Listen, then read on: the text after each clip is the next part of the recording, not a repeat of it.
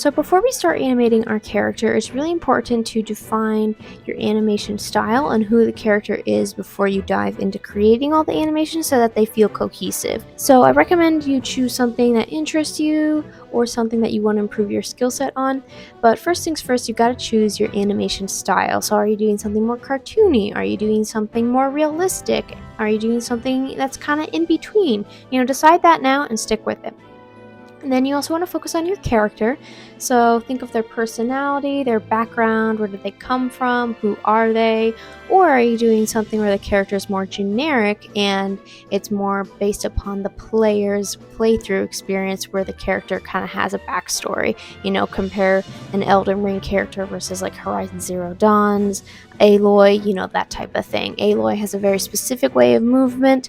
All the Elden Ring characters kind of move the same because the gameplay purposes behind the player character are very different. One's a story-driven game, one is an action-driven game that's very customizable. So decide that as well. And you can also go on Fab. You can look for free characters, or if you want to purchase a character, you can do that too. I just recommend that you find one that's rigged to the epic skeleton to avoid retargeting. But if you really want to go for a specific character that is not rigged to the epic skeleton and will require retargeting, that's fine too. Just be aware you'll have an extra step. And if you want to just stick with the mannequin, that's totally fine as well. Just up to you whether you want to swap out the model. And then finally, regardless of whether you choose a model or not, you want to make sure you define the character's weight. And what I mean by that is how they move and how heavy they are. So for example, Bowser is a very heavy character, right? So if you're playing a Super Smash Bros. Games, his attacks, his movement will be a lot slower than compared to like the little ice climber guys. I forget their name.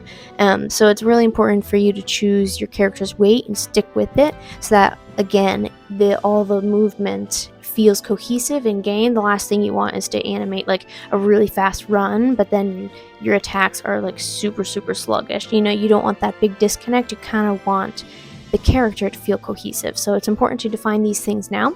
So take a moment, figure that out, get some reference, do some little bit of research. It's okay to be a little stereotypical if you want to like, oh, I want to animate a pirate and he has like a classic pirate walk. That's totally okay if that's what you want to go for. So go ahead and take a moment to figure that out, and then you'll be ready for the next lesson.